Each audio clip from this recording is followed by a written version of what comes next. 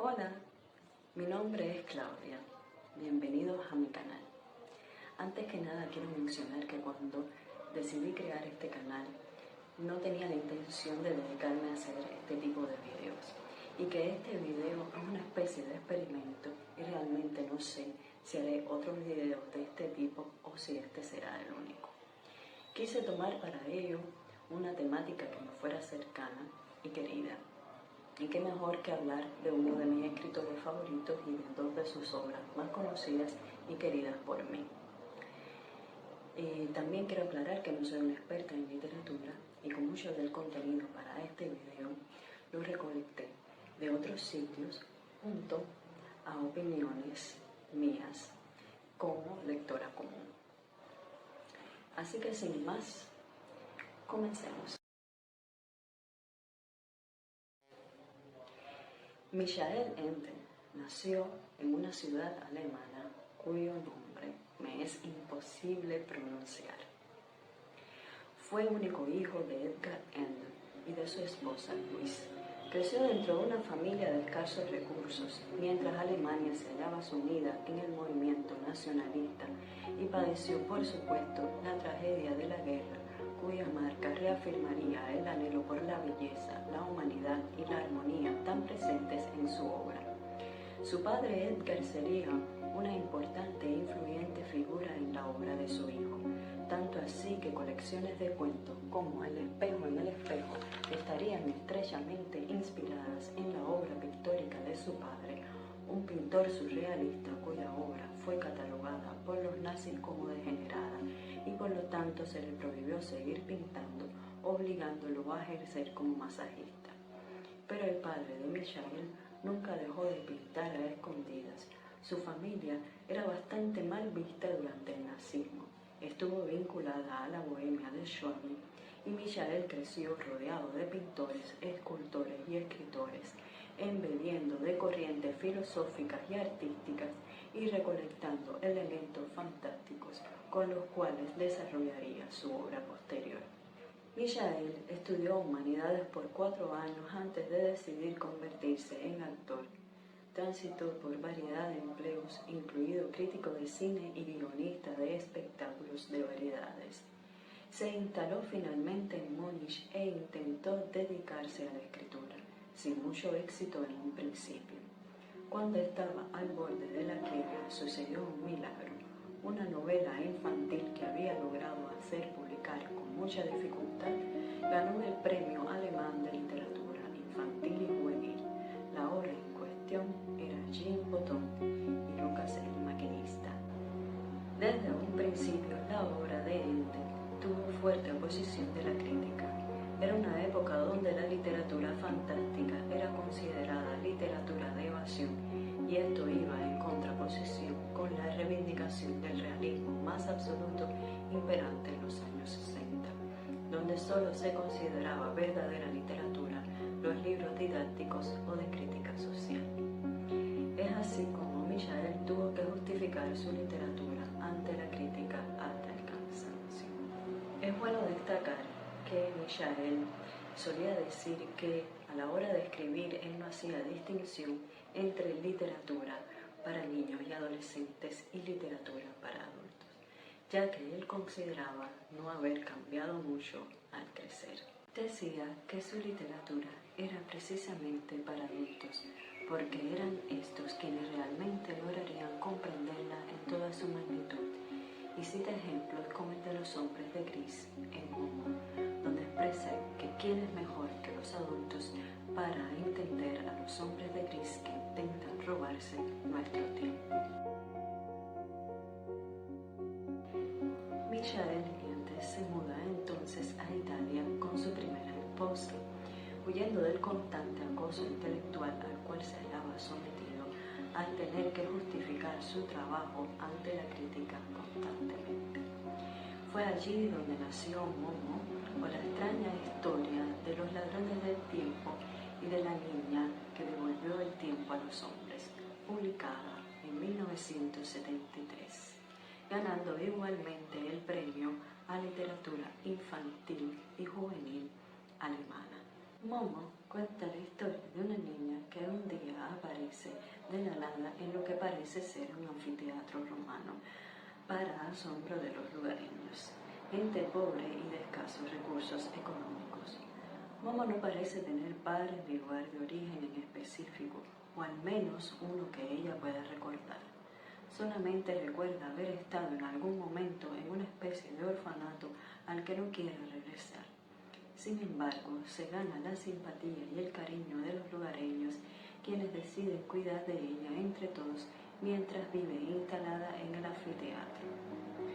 Momo parece no ser una niña cualquiera, posee un don, el don de saber escuchar, que la ayudará junto a la guía del maestro Bora y de la tortuga Casiopea a salvar a los hombres de los ladrones del tiempo, u hombres grises, una especie de entes mágicos que viven literalmente del tiempo muerto que ellos le roban a los hombres, convenciéndoles de que la están perdiendo por no ahorrarlo. Michael critica así a los modelos sociales que ponen la economía por encima de las personas y donde la vida se vuelve vacía, el tiempo nunca alcanza para vivir plenamente y las relaciones humanas se ven reducidas y la vida pierde toda belleza y sentido. En Momo hay además reflexiones sobre las características del tiempo, la importancia de la amistad y la importancia de vivir una vida plenamente. Sin embargo, no fue hasta la publicación de la historia interminable cuando la obra de Michael Ende pasa a ser aceptada y reconocida por la crítica. La historia interminable fue publicada en 1979, tras 2 largos años de trabajo en los cuales Ende batalló para darle forma al que sería uno de sus libros más conocidos. Es esta novela una obra gigantesca y ambiciosa donde su autor hace derroche imaginativo. Abarca muchísimos personajes, historias y temáticas, muchos de los cuales me es imposible mencionar en este video por falta de tiempo, ya que es un libro que para poderlo abordar en detalle tendría que hacer un video aparte solo para él. En el libro, un niño llamado Bastián, huyendo del acoso de sus compañeros de escuela, quienes solían hacerle bullying por ser Bastián considerado un niño raro, poseedor de una viva imaginación, quien inventaba historias que se contaba a sí mismo, se refugia en una librería donde encuentra un extraño y enigmático libro que decide robarse para poder leerlo a escondidas en el desván de su escuela.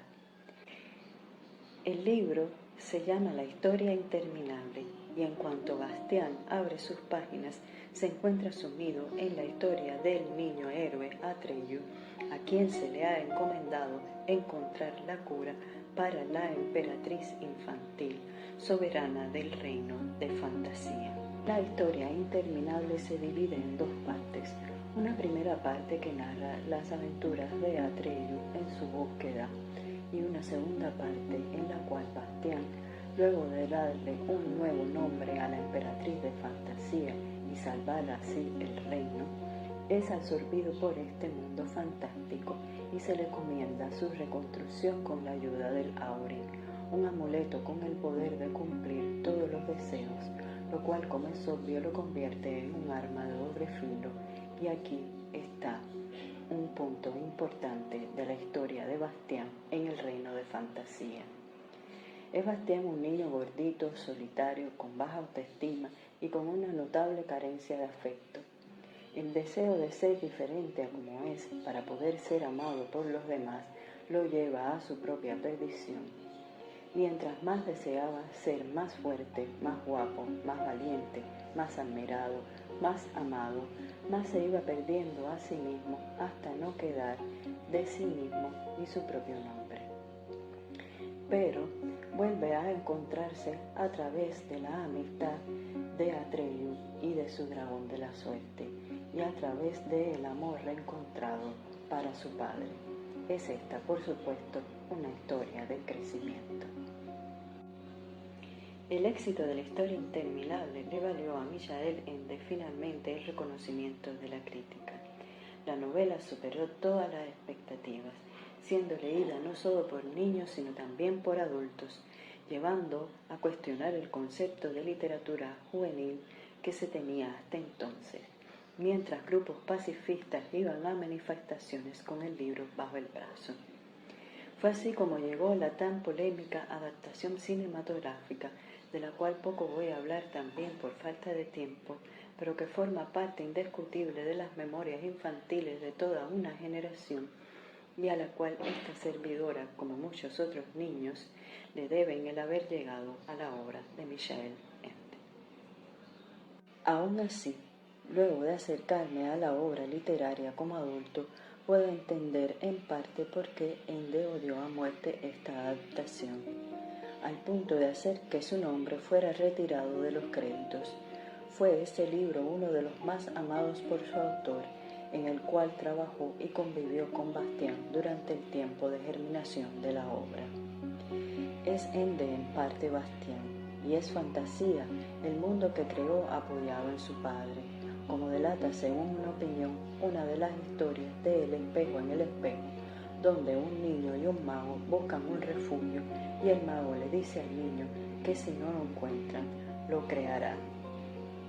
Es esta la mejor alegoría de la relación de Ende con su padre, y fantasía el refugio que consideró destruido con esta adaptación, a quien llamó un eco superficial, un producto pop, acortado y colorista de lo que él había escrito, muy lejos de las aspiraciones filosóficas y postmodernistas que había plasmado en su obra original. Michael Ende continuó escribiendo hasta su muerte. Gozó en vida de la fama que muchos de sus escritores contemporáneos hubieran deseado. Murió en 1995, en la quiebra financiera y aquejado de cáncer estomacal. De esta forma llegamos al final del video. Espero les haya gustado o al menos les haya resultado interesante. Nos vemos por ahí, con mucha suerte, en el país de fantasía.